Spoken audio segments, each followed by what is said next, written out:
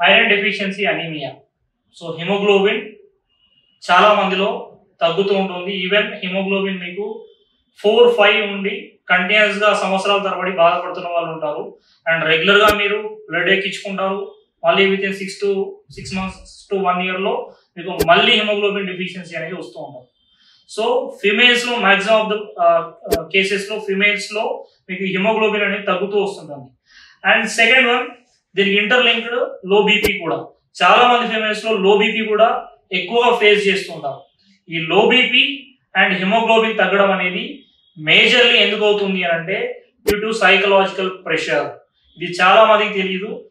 ఏమవుతుంది మీకు హిమోగ్లోబిన్ తగ్గుతుంది అంటే, haemoglobin is a main element for your life. మీరు బ్రతికి ఉండడానికి ఇది ఒక ప్రాణవాయువు లాగా మనకు ఉపయోగపడుతుంది. రీసెంట్లీ మొన్న ఒక కేసు వచ్చింది నాకు. ఆ అమ్మాయి భద్రాచలం నుంచి వచ్చారు. వాళ్ళకి ఆ అమ్మాయికి 19 years ఏజ్, కానీ లాస్ట్ 3 years నుంచి తన కంటిన్యూస్ గా హిమోగ్లోబిన్ అనేది ఎప్పుడు చూసినా 4, 5, 6 ఈ రేంజ్ లోనే ఉంటుంది. సో కంటిన్యూస్ గా బ్లడ్ ఎక్కిస్తున్నారు, మళ్ళీ అది తగ్గిపోతుంది. ఇట్లా ఓ 3-4 years నుంచి అవుతూ ఉంది. సో అప్పుడు నేను అడిగిన క్వశ్చన్ ఏంటంటే, ఆ అమ్మాయికి ఎందుకు అవుతుంది అని ఆ అమ్మాయిని కూర్చొని డీటెయిల్ కేస్ తీసుకుంటున్నప్పుడు తను ఓపెన్ అయింది ఏంటంటే, తనకు మాక్సిమం ఫియర్ అంటే తన బేసిక్ మెంటాలిటీ ఏంటంటే యాంగ్జైటీ. ఎక్కువగా చిన్న చిన్న విషయాలకు ఎక్కువ రెస్పాండ్ అవుతూ ఉంటుంది.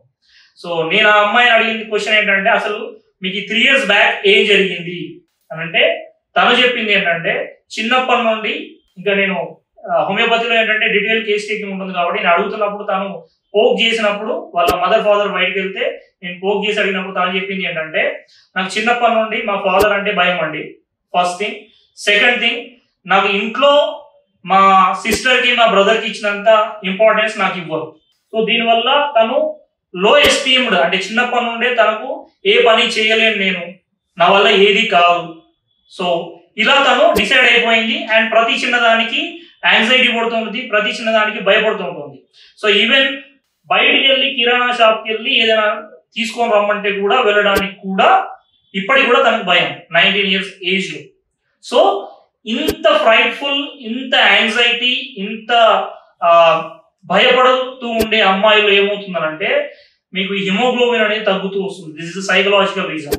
అండ్ ఇంకా ఫిజియలాజికల్ గా మనం మాట్లాడితే ఏం రీజన్స్ ఉంటాయంటే, చాలా మందిలో అమ్మాయిల్లో PCOS స్టార్టింగ్ స్టేజ్ లో ఉన్నప్పుడు, అంటే మీకు గర్భాశయంలో నీటి బుడగలు అంటాము, వీటి వల్ల ఏమవుతుంది మీకు బ్లీడింగ్ ఎక్కువ అవుతుంటుంది. సో దానివల్ల హిమోగ్లోబిన్ కూడా తగ్గే ఛాన్స్ ఉంటుంది. Second one, piles. చాలా మందిలో మీకు బ్లీడింగ్ పైల్స్ అనేవి ఉంటాయి. ఎక్కువగా మోషన్ లో బ్లడ్ రావడం, రిటర్న్కి వెళ్తున్నప్పుడు బ్లడ్ పడడం అనేది జరుగుతుంది. సో దీని వల్ల కూడా హిమోగ్లోబిన్ అనేది లాస్ అవుతుంటుంది.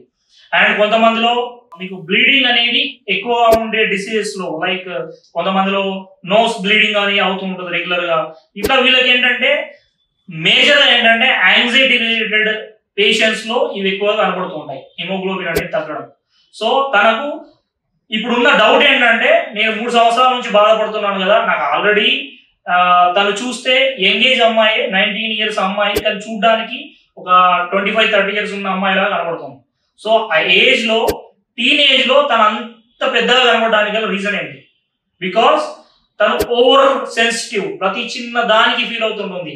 సో దానివల్ల అమ్మాయికి థైరాయిడ్ కూడా వచ్చింది. అండ్ PCOS కూడా, అబ్డామినల్ స్కానింగ్ చూస్తే PCOS కూడా ఉంది. సో మనం ఇక్కడ చేయాల్సింది ఏంటంటే, ఓన్లీ బ్లడ్ ఎక్కించుకోవడం, మళ్ళీ తగ్గుతుంది, మళ్ళీ బ్లడ్ ఎక్కించుకుంటారు, మళ్ళీ తగ్గుతుంది. So it's a continuous process in your life. మీరు ఈవెన్ గూగుల్లో చెక్ చేసినా మీకు ఈ హిమోగ్లోబిన్ పెరగాలంటే మాక్సిమం మీకు ఎట్లాంటి ఆన్సర్స్ దొరకవు. దీనికి ఆన్సర్ ఏంటంటే, మీరు ఖచ్చితంగా మీ బిహేవియర్ చేంజ్ చేసుకోవాలి. అంటే ఆ లో ఎస్టీమ్ అనేది వదిలేసుకొని పక్కన వాళ్ళు ఏమనుకుంటారు. ఆ అమ్మాయికి ఇంకొక ప్రాబ్లం ఏంటంటే, ఎప్పుడు కూడా పక్కన వాళ్ళ పైన ఆధారపడుతున్నాం. తను ఏ పని చేసినా పక్కన వాళ్ళు ఏమంటారో, వాళ్ళ నుంచి మనకి ఏమన్నా నెగటివ్ ఫీడ్బ్యాక్ వస్తుందేమో అనే ఈ ఆలోచన దూరంలో ఉండడం వల్ల ఓవర్ స్ట్రెస్ హార్మోన్స్ అనేవి రిలీజ్ అవుతూ మీకు హిమోగ్లోబిన్ అనేది కూడా ఎఫెక్ట్ అవుతుంది. So this is the link between your psychology and your మీ హిమోగ్లోబిన్ తగ్గడము, లో బీపీ రావడము, ఇవన్నీ. ఇప్పుడు చూడండి, మీకు బీపీ కూడా, హై బీపీ ఉంటే మెడిసిన్స్ ఉంటాయి కానీ లో బీపీ ఉంటే మెడిసిన్స్ ఉండవు. సో దీనికి నేచురల్ గా నేను చెప్పే రెమెడీస్ ఏంటంటే, మునగాకు అండి, మొరింగా పౌడర్. ఈ మునగాకు అనేది ద పవర్ఫుల్ యాంటీ ఆక్సిడెంట్. మీకు డైలీ మునగాకు అనేది ఒక టీ స్పూన్ కానీ 2 టీ స్పూన్స్ కానీ మార్నింగ్ ఈవినింగ్ మీరు వాటర్లో కలుపుకొని తాగినా సరిపోతుంది. ఇట్లా మీరు కంటిన్యూస్ గా ఒక 45 డేస్ రెగ్యులర్ గా వాడుతూ ఉంటే మీ హిమోగ్లోబిన్ న్యాచురల్ గా పెరగడానికి ఉపయోగపడుతుంది. So this is the best remedy. ఇంతకుముందు నేను నాకున్న క్లయింట్స్ లో యుఎస్ పేషెంట్ ఒకరు ఉన్నారు. సో తనకి నేను ఈ టిప్ చెప్తే తను న్యాచురల్ గా వాడి సార్ రిజల్ట్ ఉంది సార్ అని చెప్పేసి చెప్పారు. ఇట్లా చాలా మంది మీద నేను చూసిన తర్వాతనే మీకు ఈ టిప్ చెప్తున్నాను. మునగాకు అనేది the best option to naturally haemoglobin increase అవ్వడానికి. అండ్ మీరు పొమగ్రానేట్ తినొచ్చు, క్యారెట్ బీట్రూట్ జ్యూసులు విత్ కొంచెం బెల్లం యాడ్ చేసుకొని తింటే కూడా మనకు హిమోగ్లోబిన్ మెల్లిమెల్లిగా పెరిగే ఛాన్స్ ఉంటుంది. అంతేగాని మీకు మరీ 4-5 ఉన్నప్పుడు ఇప్పుడు ఈ టిప్స్ అనేవి పనికిరావండి. అట్లీస్ట్ 9 to 10 ఉంటే మనం కొంచెం పెంచుకోవడానికి ఉంటుంది. అందులో అమ్మాయిలో PCOS అంటే గర్భాశయంలో నీటి బుడగలు గడ్డలు అని చెప్పేసి అంటాం. ఆ పాలిసిస్టిక్ ఓవేరియన్ డిసీజ్ ఉన్న వాళ్ళకు కూడా హార్మోన్ రెగ్యులేషన్ అనేది కరెక్ట్ గా చేస్తేనే మీకు ఈ హిమోగ్లోబిన్ అనేది కూడా మళ్ళీ పడిపోకుండా ఉంటుంది. ఇప్పుడు PCOS ఉన్నది అనుకోండి, ఎక్కువ బ్లీడింగ్ అవుతుంటది. సో హిమోగ్లోబిన్ నేచురల్ గానే తగ్గుతుంది. సో అది హార్మోన్ రిలేటెడ్ ఇష్యూనా, లేకపోతే PCOS ఉందా, లేకపోతే సైకలాజికల్ ఇష్యూనా, ఏదో చూసుకొని దాన్ని కరెక్ట్ చేసుకుంటే సరిపోతుంది. మేజర్లీ నేను చూసిన హిమోగ్లోబిన్ తక్కువగా ఉన్న పేషెంట్ లో ఏంటంటే లో self esteem and anxiety about others and anxiety about చాలా మందిలో వీళ్ళకు ఇంకొకరు ఇచ్చే ఒపీనియన్ మీదనే ఆధారపడి ఉంటారు. సో ఎప్పుడైతే మీరు ఇట్లా వేరే వాళ్ళ మీద ఆధారపడుతున్నారు, వాళ్ళు అంటున్నారు వీళ్ళు అంటున్నారు అని చెప్పేసి మీరు ఎక్కువగా ఆలోచిస్తున్నారు అనుకోండి, ఆ సైకలాజికల్ ప్రెషర్ అనేది మిమ్మల్ని చాలా కుంగదీస్తుంది. దీనివల్ల డిప్రెషన్ లోకి వెళ్ళిపోయిన అమ్మాయిలు కూడా ఉన్నారు. సో దానివల్ల కూడా మీకు హిమోగ్లోబిన్ పడిపోతుంది. సో హ్యాపీగా ఉండడానికి ట్రై చేయండి. Daily minimum 8 to 9 hours sleep తీసుకోండి. అండ్ దీనివల్ల మైగ్రేన్ కూడా వచ్చే ఛాన్స్ ఉంటుంది. చాలా మందిలో సిమ్టమ్స్ ఏముంటాయి, మీకు హిమోగ్లోబిన్ తక్కువైతే స్టార్టింగ్ లో మీకు హిమోగ్లోబిన్ తక్కువైన వాళ్ళకి hair fall is the first symptom. చాలా మందిలో హెయిర్ ఫాల్ అవుతుందనంటే వేరే అదర్ చూసుకుంటా ఉంటారు, అంటే షాంపూసా లేకపోతే ఆయిల్స్ అని చేంజ్ చేస్తుంటారు. ఫస్ట్ హిమోగ్లోబిన్ తగ్గిందా లేదా చూసుకోండి. ఇంకా హిమోగ్లోబిన్ తగ్గితే హెడేక్స్ వస్తాయి, continuous headaches, even it leads to migrants also. So haemoglobin తగ్గితే హెడేక్స్ వస్తాయి, వర్టిగో వస్తుంది, నెక్ పెయిన్ వస్తుంది. సో ఇవన్నీ హిమోగ్లోబిన్ తగ్గితే వచ్చే సిమ్టమ్స్ ఇవన్నీ.